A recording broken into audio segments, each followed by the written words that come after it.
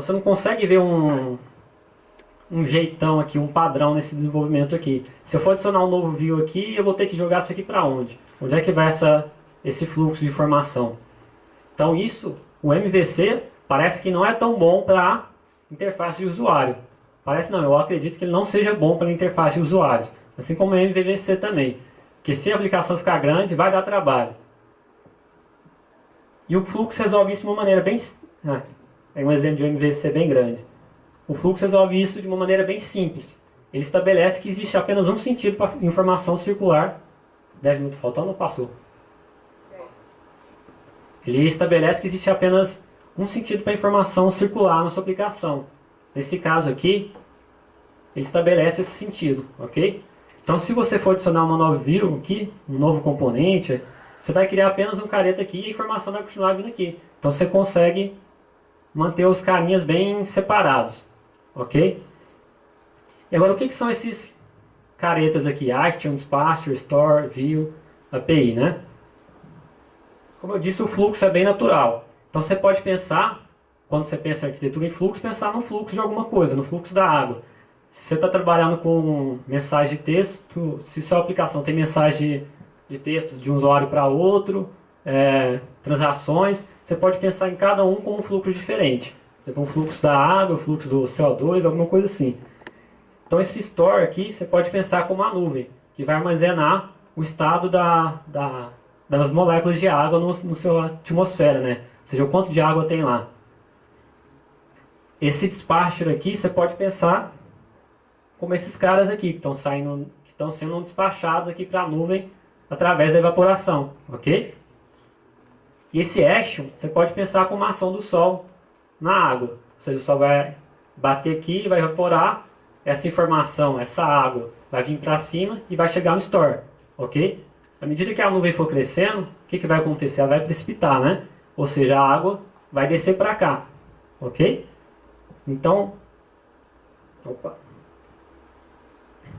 ou seja, essa chuva vai ser basicamente o seguinte: a informação que estava armazenada no store vai ser passada pela view. Então você percebe que sempre vai ser assim, nunca vai ser para cá, desse jeito aqui, ok? Então você não vai ter informação, é como se tivesse uma rodovia duplicada, né? Os carros vão só de um lado.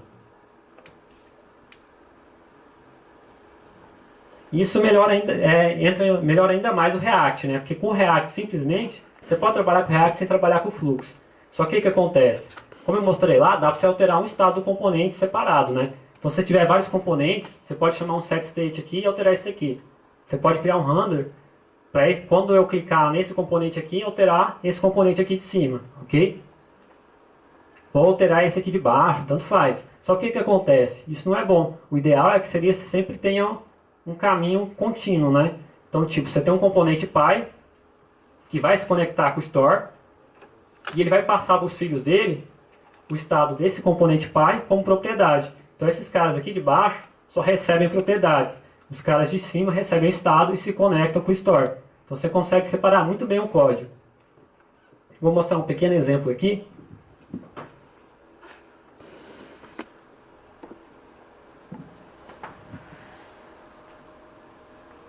Bom, esse aqui seria como se fosse meu componente pai, né? Então você vê o seguinte, que eu criei um constructor aqui, eu setei um estado, eu chamei a store, o que significa o seguinte? Acessa a store e me dá o estado atual do sistema, ok? Que eu chamei de configuração, as configurações do usuário. Então ele vai acessar a store e pegar as configurações atuais. Depois de vir aqui, vai cair aqui, ou seja, adicione um listener. Ou seja, toda vez que o store mudar, ele vai fazer uma nova requisição. Ele vai entrar aqui, ó, e vai perguntar para o store de novo, como é que está o estado do sistema? E vai setar o estado novamente. Ou seja, tem um estado inicial, cria um listener para ficar escutando mudanças do store, e se o store mudar, ele vai setar um novo estado para esse componente, ok? E quando o componente é renderizado ou é setado um novo estado, ele cai aqui dentro, ok? Então vocês percebem o seguinte, que tem HTML normal, né? Span, não estou conseguindo aqui. Section. E tem esse cara aqui, que é um outro componente que eu criei com o React, que é chamado de formulário.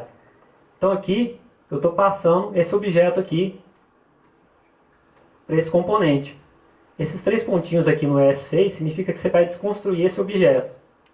Então, se aqui tiver, sei lá, propriedades nome, endereço, você vai passar como objetos separados, é um desconstrutor. Então, mais uma vantagem se adotar a nova versão do JavaScript. Então, vamos para o componente filho.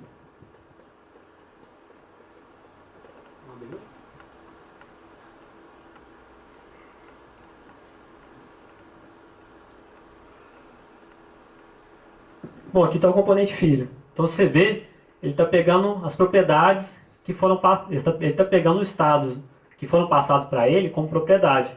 Então você vê aquele fluxo de informação, né? Ou seja, aquele componente lá anterior que eu mostrei, ele tinha um estado e passou como propriedade. E você vai acessar no componente filho através desse cara aqui, ok?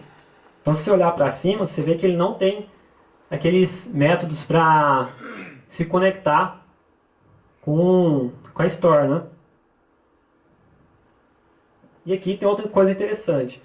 Eu gosto de deixar todas as funções que for de action, de acionar, você sempre deixa nos filhos. Então, tipo, o pai só vai conectar com o Store e fazer essas coisas desse tipo. Os filhos vão interagir. Ou seja, se o usuário clicar em alguma coisa lá, ou alterar o valor, ele vai chamar esse método aqui, ok? E ele vai se comunicar com a Store. Ele fala assim, olha, Store, muda o valor para mim do campo endereço, com o seguinte valor, certo? E ele vai enviar esse careta aqui. Então um action em fluxo é bem simples. É só isso aqui. E toda vez que eu quero criar usar o action em um componente,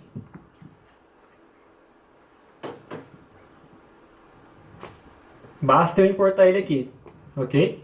Isso aqui também só é possível com o S6 mesmo.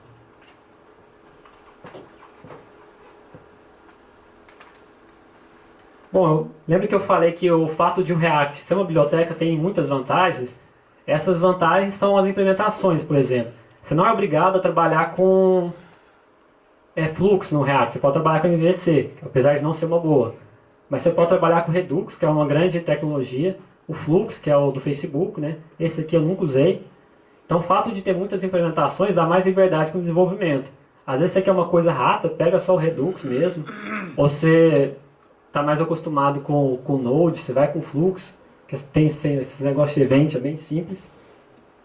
Então, isso é importante porque dá liberdade.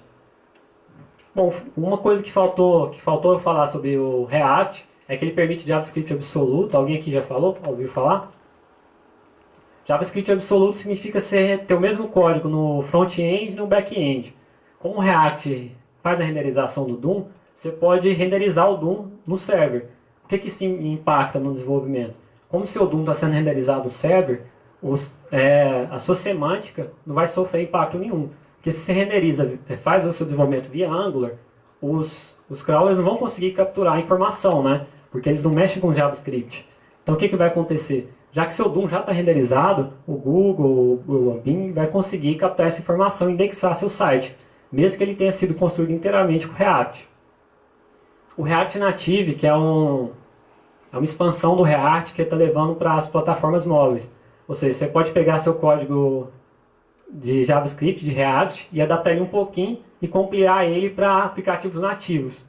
Ou seja, você tem uma aplicação nativa com o conhecimento que você já tinha de front-end básico, né, de HTML e JavaScript. Renderização via workers. Alguém que já ouviu falar em web workers? Bom, os workers é uma nova implementação do HTML5, é um pouquinho antiga, 2010, 2011 eu acho. E esses caras aqui são bons porque eles permitem muitas coisas novas, tipo os service workers permite você guardar a informação offline. Então você pode renderizar os seus componentes offline. Então mesmo que o cara não acesse não esteja conectado à internet, ele pelo menos vai poder ver sua aplicação. Tipo o WhatsApp, o Web lá, se você deixar offline, você consegue visualizar ele ainda. Isso só é possível por causa dos service workers.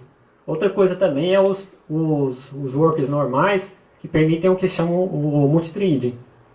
Por exemplo, quando você vai rodar uma página web, uma aplicação, você sempre está restrito que seu processo vai rodar num thread único, né?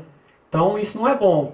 À medida que você vai crescendo sua aplicação, você vê que tem muitos sistemas offline, para desktop mesmo, que trabalham com multiprocessamento. E hoje qualquer celularzinho vagabundo é octa-core. Então, como é que eu posso aproveitar esses caras e ter mais desempenho na minha aplicação? É com esses workers, que você consegue ter esse multithread. E como o React permite você separar o DOM do Store muito bem, você poderia, por exemplo, fazer todos os seus cálculos no Store dentro de um worker e renderizar fora do worker. Então você teria processamento paralelo para duas coisas distintas. Ou você poderia renderizar os componentes dentro do worker e puxar os dados via a Store. Uma coisa que também não seria possível, eu acredito, com Angular. Inclusive o React está se movendo para esse careta aqui. Eu escrevi esse artigo aqui, quem quiser dar uma lida, dá uma introdução para esses workers aqui. Como é que você pode implementar eles. Bom, é só. Se alguém tiver mais alguma dúvida.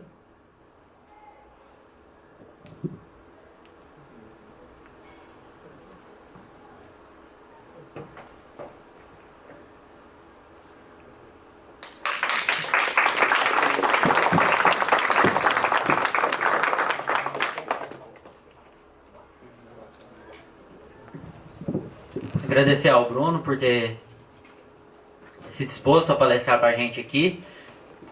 Eu gostei muito da palestra, até acho que agora eu vou começar a usar o React. Agora vocês estão liberados para o almoço, o horário de retorno é às 13h30. E aí depois do almoço a gente vai fazer um novo check-in para as pessoas, aí vocês vão assinar a lista quando voltarem. E é isso, até às 13h30. Tem alguma sugestão de local?